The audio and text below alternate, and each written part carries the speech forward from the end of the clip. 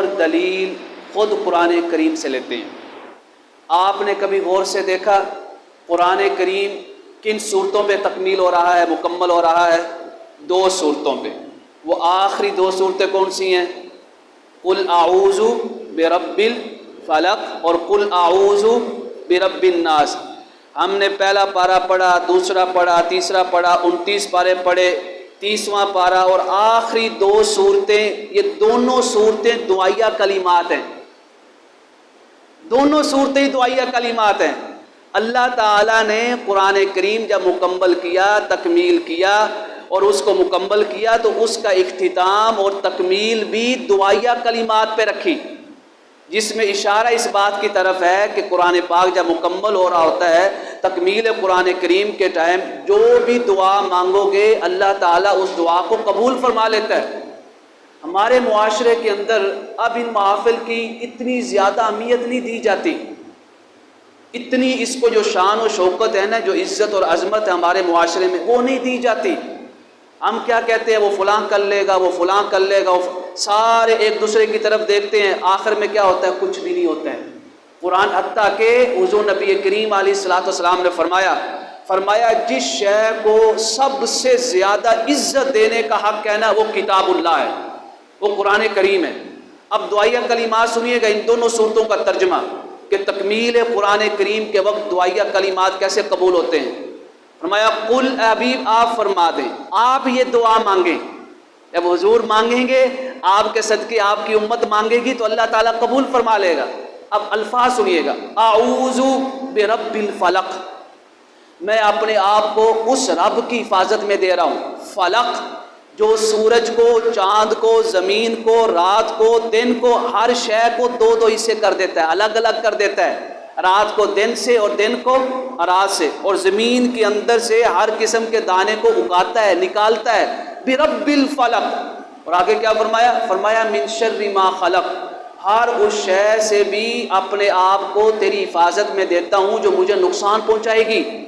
وَمِن شَرِّ غَاسِقٍ إِذَا وَقَبَ، اور اس سخت اندھیرے سے بھی اپنے آپ کو تیری حفاظت میں دیتا ہوں جب وہ سخت اندھیرا چھا جائے، رات کا اندھیرا ہو، کوئی بھی اندھیرا ہو، سخت بادل ہو، سخت بارش ہو، کسی بھی قسم کا اندھیرا ہو۔ اور فرمایا وَمِن شَرِّ النَّفَّاثَاتِ فِي الْعُقَدِ، یہ جو جادو ٹونا کرتے ہیں، کالا جادو کرتے ہیں، لوگوں کو نقصان پہنچانے کے لیے تعویذات کرتے ہیں، فرمایا ہر جادوگر سے بچنے کے لیے اے اللہ میں اپنے آپ کو تیری حفاظت میں دے رہا ہوں۔ وَمِن شَرِّ حَاسِدٍ إِذَا حَسَدَ، اور ہر حسد کرنے والے کے حسد سے بچنے کے لیے بھی میں اپنے آپ کو تیری حفاظت میں دے رہا ہوں۔ یہ ساری آیات مجھے آپ بتائیں دعائیہ کلمات ہیں یا نہیں ہیں؟ دعائیہ، یہ پیغام ہے اس بات کی طرف کہ لوگوں تکمیل قرآن کریم کو ایک عام محفل نہیں سمجھنا ہے۔ تکمیل قرآن کریم کا وقت جو ہے وہ دوسرے وقتوں کی طرح نہیں ہے۔ جس طرح ہم نے قرآن کریم کو مکمل جو ہے دعائیہ کلمات پہ کیا ہے، اس کا اثر تمہاری سیرت میں، تمہارے کردار میں، تمہارے اعمال میں نظر آنا چاہیے، معاشرے کے اندر پتہ چلنا چاہیے، ہماری آل اولاد کو، نسلوں کو، آنے والوں کو پتہ چلنا چاہیے کہ یار آج 27ویں کی رات ہے، تکمیل قرآن کریم کی محفل ہے۔ ہمارے بچے بھی ہم سے پوچھے کہاں جا رہے ہو تیار ہو کے، جب ان کو آپ بتائیں گے کہ تکمیل قرآن کریم کی محفل ہے، آپ مجھے بتائیں اس بات کا اثر ہمارے معاشرے کے اوپر ہوگا یا نہیں ہوگا؟ ہماری نسلوں کے اوپر ہوگا یا نہیں ہوگا؟ ہمارے گھر کے ماحول کے اوپر ہوگا یا نہیں ہوگا؟ تکمیل قرآن کریم کی محفل میں آنا اور دعائیہ کلمات کہنا یہ خود کس کی سنت ہو گئی؟ اللہ تعالیٰ نے اس کو اپنی سنت قرار دے دیا۔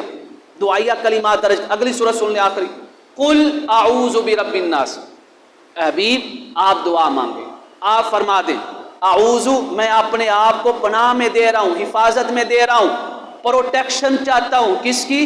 برب الناس، لوگوں کے رب کی، مالک الناس جو لوگوں کا بادشاہ ہے، الہ الناس جو لوگوں کا معبود ہے، جس کی عبادت لوگ کرتے ہیں، اس رب کی حفاظت میں دے رہا ہوں۔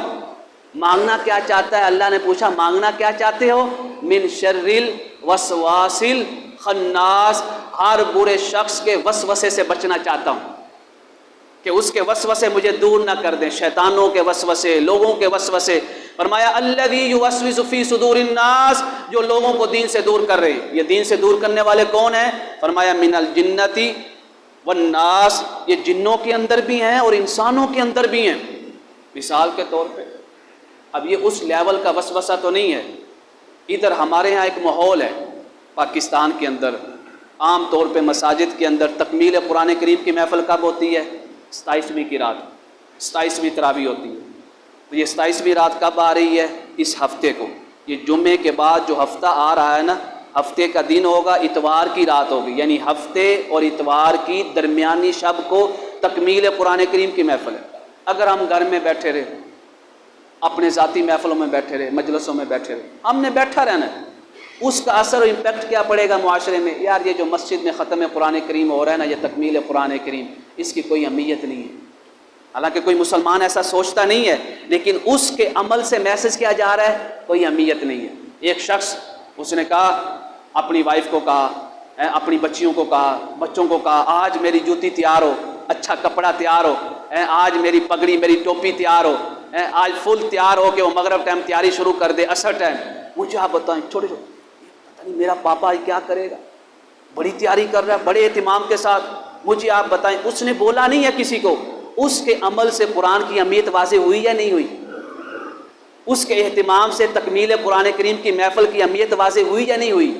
انسان ایک مومن جو ہے نا، صرف زبان سے تبلیغ نہیں کرتا، اپنے کردار سے بھی اور اپنے اعمال سے بھی تبلیغ کرتا ہے۔ تو لہٰذا تکمیل قرآن کریم کی محفل میں پورے اہتمام کے ساتھ ہم قرآن کریم کو وہ عزت نہیں دے سکتے جو اس کا حق ہے، ہم وہ عظمت نہیں دے سکتے، لیکن جتنا اللہ تعالیٰ نے ہمیں استطاعت دی ہے، ہمیں اختیار دیا ہے، اتنا ہم تو کر سکتے ہیں نا۔ اللہ تعالیٰ نے فرمایا فاتقوا اللہ ما استطعتم، جو تمہاری استطاعت میں ہے وہ تم کر دو، وہ تم کرو، پھر ہم دیکھیں تم اپنی استطاعت کے مطابق کرو، ہم اپنی شان کے مطابق عطا کریں گے۔ سبحان اللہ، سبحان اللہ۔ تو لہٰذا آج اسے تیاری شروع کر دیں، کوئی دن زیادہ نہیں ہے۔ آج 28واں پارہ ہے، کل 29واں پارہ ہے، یعنی آج کون سا دن ہے؟ بدھ ہے، آج بدھ کا دن ہے، کل جمعرات ہے، پرسوں جمعہ، بڑا بابرکت اہم دن آ رہا ہے، جس کو ہم اپنی سادہ زبان میں عرف عام میں کہتے ہیں جمعہ وداع۔ شریعت کے اندر یہ لفظ نہیں ہے، ہمارے کلچر کے اندر ہے جمعہ وداع، یعنی ماہ رمضان المبارک کا آخری جمعہ۔ تیاری شروع کر دیں آخری جمعے کے لیے، یہ نہ ہو کہ یہ آخری جمعہ بھی گزر جائے اور ہم غفلت میں پڑے ہوں، اور اس کے بعد جمعے کے بعد جو ہفتے کا دن آ رہا ہے، پورا اہتمام آج ہی سے اپنے گھر میں کہہ دیں میرے سوٹ کی تیاری کر کے رکھیں، میرے شوز کی تیاری کر کے رکھیں، میری ٹوپی کی تیاری۔